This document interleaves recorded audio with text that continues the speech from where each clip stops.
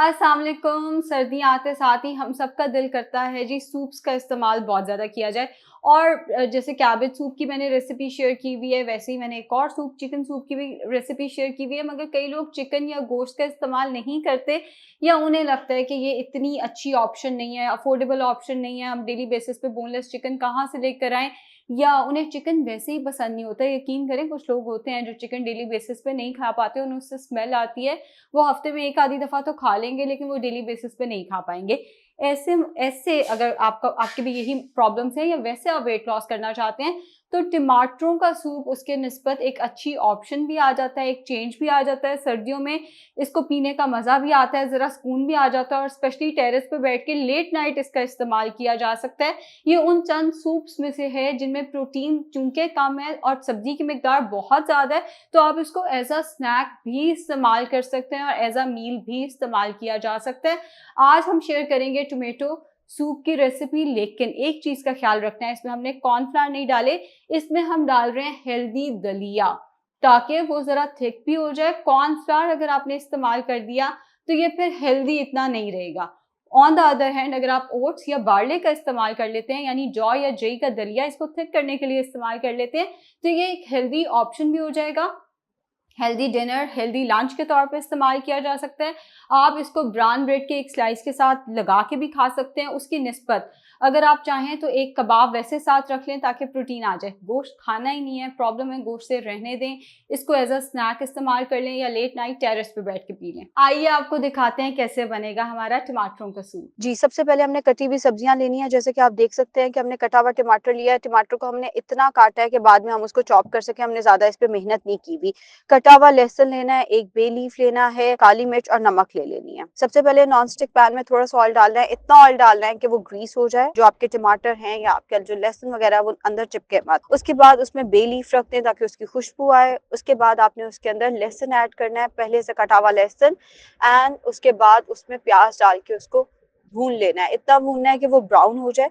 जब वो ब्राउन हो जाए तो उसके बाद आपने उसके अंदर, जैसे कि आप देख सकते हैं, पहले से कटा हुआ टमाटर शामिल कर देना है। हमने टमाटर पहले से ही काट के रखा हुआ था, इन छिलकों समेत हमने ऐड किया है ताकि हम बाद में इसको स्ट्रेन कर लेंगे, इसको भून लेंगे। अब टमाटर को हल्की सी धीमी आग पे हल्का हल्का पका लेना है।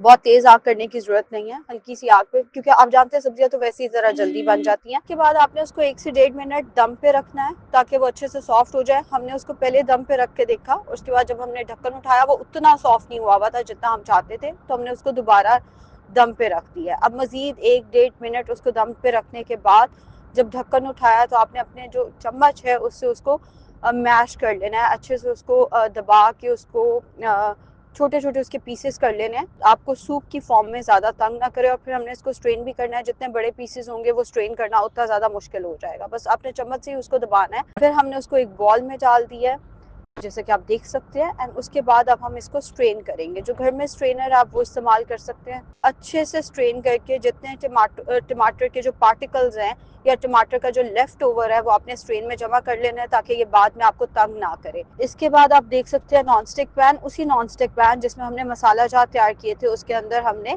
वो पहले से ही उस पर ऑयल लगा हुआ था, उसके अंदर हमने टमाटरों का जो पेस्ट हमने तैयार किया वो ऐड कर दिया। अब हम इसको धीमी आंच पे हल्का सा पकाएंगे, इतना कि बस उसकी कंसिस्टेंसी आ जाए। उसमें हस्बे जायका नमक, इट डिपेंड्स कि आप नमक कितना डालना चाहते हैं। अच्छा, जो लोग पिंक सॉल्ट इस्तेमाल करते हैं, वैसे तो मैंने इस पर कई दफ़ा बात की हुई है, लेकिन उनको मैं रिमाइंडर दे दूँ, पिंक सॉल्ट कुकिंग में इस्तेमाल नहीं करना।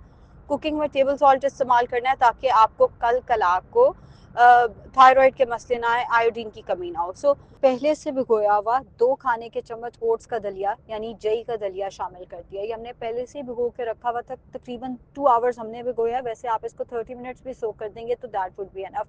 ओट्स जो है वो कॉर्नफ्लावर के निस्बत ज़्यादा बेहतर ऑप्शन है, फाइबर का ज़्यादा अच्छा सोर्स है। दैट्स वाई हमने कॉर्नफ्लावर की बजाय ओट्स को प्रेफर किया है। आप इसकी बजाय जौ का दलिया यानी बार्ले भी इस्तेमाल कर सकते हैं, या अगर आप इसमें कॉर्नफ्लावर ऐड करना चाहें तो 1 टेबलस्पून कॉर्नफ्लावर ऐड कर दें। ओट्स जो हैं वो मेरे नज़दीक ज़्यादा बेहतर ऑप्शन है इस केस में।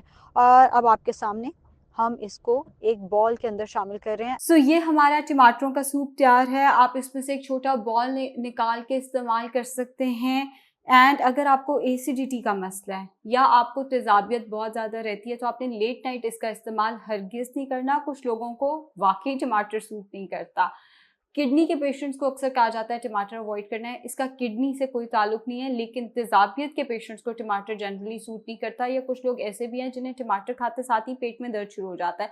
अगर ऐसा मसला है तो आपने इसका इस्तेमाल नहीं करना। बाकी सब लोग वेट लॉस के लिए, वेट मेंटेनेंस के लिए हेल्दी स्नैक के तौर पे इसका इस्तेमाल कर सकते हैं। शुक्रिया।